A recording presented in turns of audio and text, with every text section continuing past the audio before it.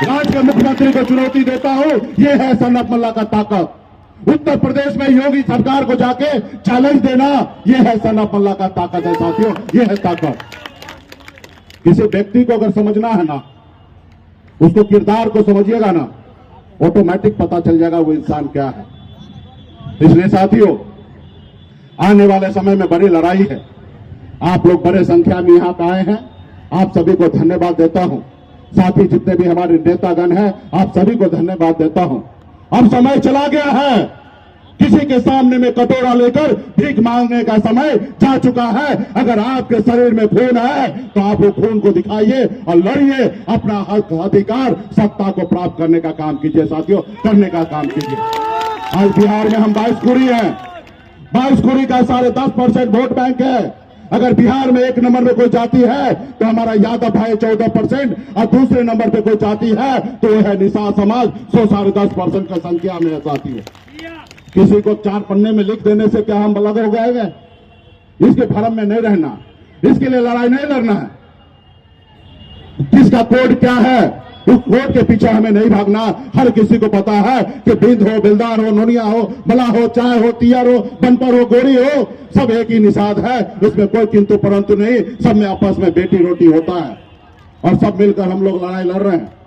इसलिए साथियों, पहले यह देश गुलाम था। जब ये देश गुलाम था तो हमारे पूर्वज ने लड़ाई लड़ा, देश को आजाद कराया।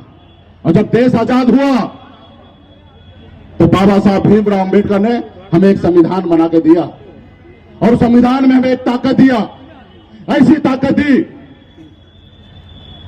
उन्होंने कहा राजा का बेटा अब राजा नहीं बनेगा।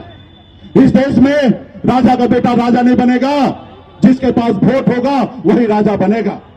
पहले ऐसा हुआ करता था कि राजा का बेटा राजा बनता था, रानी के कोख से बच्चा जन्म लेता था, वही राजा बनता था। लेकिन जब संविधान बाबा साहब ने बना के दिया, उन्होंने कहा कि जिसके पास वोट होगा वही देश का राजा होगा, चाहे वो लालू प्रसाद यादव जी हो या मुलायम सिंह यादव जी हो या बहन मायावती जी हो, अपने वोट के दम पर राज्य का मुख्यमंत्री बना साथियों, राज्य का मुख्यमंत्री बना।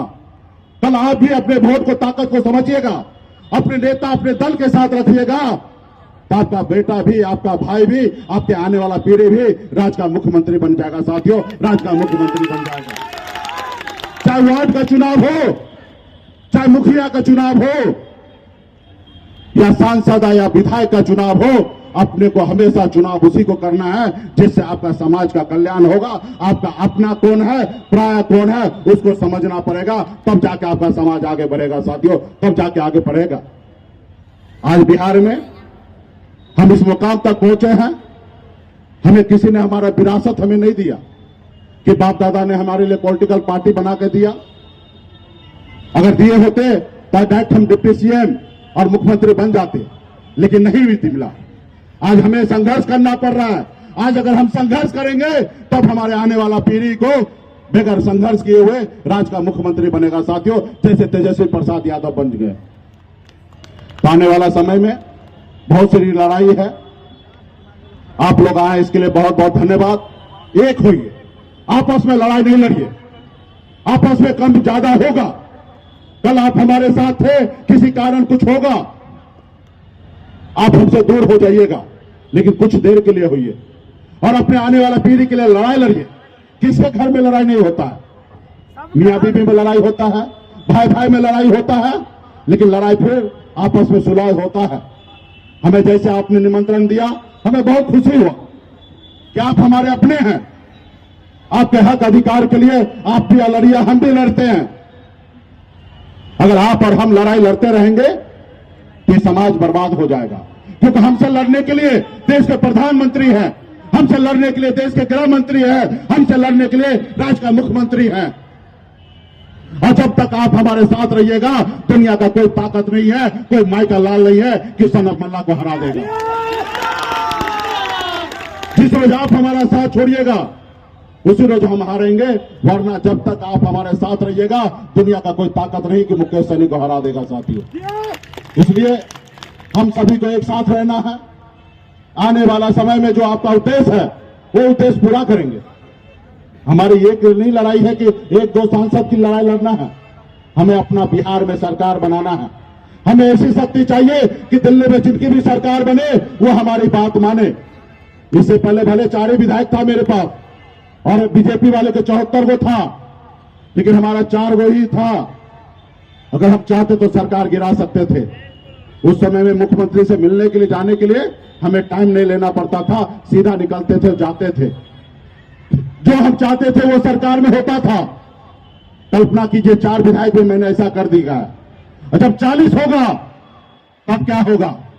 जब 125 होगा तब अपना सरकार बनेगा और आपका बेटा बिहार का मुख्यमंत्री बनेगा। आपका हजारों समस्या है, आपको पता नहीं होगा कि कितना समस्या है। आप मुजफ्फरपुर में हैं, कटिहार में क्या समस्या है आपको नहीं पता होगा, भागलपुर में क्या समस्या है आपको नहीं पता होगा, बांका में क्या समस्या है आपको नहीं पता है, कैमूर में क्या समस्या है आपको नहीं पता है, लेकिन मुझे पता है। हर जिला में हजारों तरह की समस्या है। और यूं कह दीजिए पूरे बिहार में अगर कम समस्या है तो सिर्फ मुजफ्फरपुर में कम समस्या है, क्योंकि मुजफ्फरपुर पूरे बिहार का निषाद का राजधानी है। यहाँ पे समाज पहले से जागरूक है। आपके ऊपर उंगली उठाने से पहले बाकी लोगों को सोचना पड़ता है। आप पहले से समझदार हैं और उसके बावजूद ही आपको पता होगा कितने कष्ट के साथ जिंदगी जी रहे हैं। और जहां पे हमारा समाज समझदार नहीं है वहां पे क्या हाल होता होगा। वहां पे दिन दिखारे मार देता है और कोई सुनने वाला नहीं होता है कि उसके साथ क्या होगा। एकदम सही बात। इसलिए साथियों आपको और हमको सिर्फ अपने लिए नहीं सोचना है, हमें अपने पूरे निषाद समाज के लिए सोचना है, पूरे संपूर्ण बिहार के लिए सोचना है। अगर हमारे भाई उत्तर प्रदेश में है तो उनसे के लिए भी लड़ाई लड़ेंगे, ताकि हमें जरूरत पड़े तो वो भी बिहार में आके हमारी मदद करेगा। साथियों जब हमें दिल्ली जाने की आवश्यकता पड़ेगा तो हमसे पहले उत्तर प्रदेश के लोग दिल्ली पहुंच जाएगा। तो हमें यूपी, बिहार, झारखंड में तीनों राज्य में एकता के साथ आने वाले समय में जाएंगे साथियों, और मजबूती से लड़ाई लड़ते रहेंगे साथियों। इसलिए इस बार भी बहुत अच्छा था। और आपके पास तो वही नाव छाप है जिस नाव पे कभी आपके पूर्वज ने भगवान राम को पार लगाए थे। नाव वही है, केवट महाराज हम लोग हैं। हमारे नाव पे जो बैठेगा वही पार लगेगा आने वाले समय में। जो हमारे नाव पे नहीं बैठेगा वो नाव पार नहीं होगा साथियों, नहीं पार होगा। सिर्फ जरूरी है हम सभी को एकता के साथ रहना, अपने दल, अपने पार्टी के साथ रहने का साथियों। आज भी मैं इतने बड़े मंच से मैं सभी से हाथ जोड़ कर आग्रह करता हूं कि आपसे हमसे थोड़ी बहुत लड़ाई झड़ाई हुआ होगा। मैं आपसे आज भी आग्रह करता हूं, अगर आप निषाद का बेटा हैं, अगर आप दीपक हैं तो दूसरे घर में उजाला मत दीजिए। अपने वीआईपी पार्टी में आइए, वीआईपी परिवार के साथ रहिए और आने वाला समय में निषाद का घर उजाला होगा, प्रकाश मिलेगा। और जब भी समाज को अगर कल्याण होना होगा तो सिर्फ एक ही विकल्प है, वो है वीआईपी पार्टी। ताकि वीआईपी पार्टी जिंदा रहेगा तो आने वाला समय में निषाद का बेटा सपना देख सकता है मुख्यमंत्री बनने का। अगर वीआईपी पार्टी नहीं होगा तो किसी को सपना देखने का कोई अधिकार नहीं है साथियों, कोई अधिकार नहीं है। क्योंकि 75 सालों से ऐसा नहीं हुआ तो आने वाले 75 सालों से नहीं होगा। अगर 2-4 विधायक बनाए या 40 विधायक बनाएंगे तो सिर्फ एक ही है, वो वीआईपी पार्टी है। वीआईपी पार्टी ही बना सकता साथियों, वीआईपी पार्टी बना सकता। इसलिए तमाम हमारे सभी नेतागण, सभी माता बहन को, सभी हमारे नेतागण को, सभी को बहुत बहुत धन्यवाद देता हूं कि आप सभी को मजबूती से हम सब आगे बढ़ेंगे और बड़ी लड़ाई लड़ेंगे साथियों।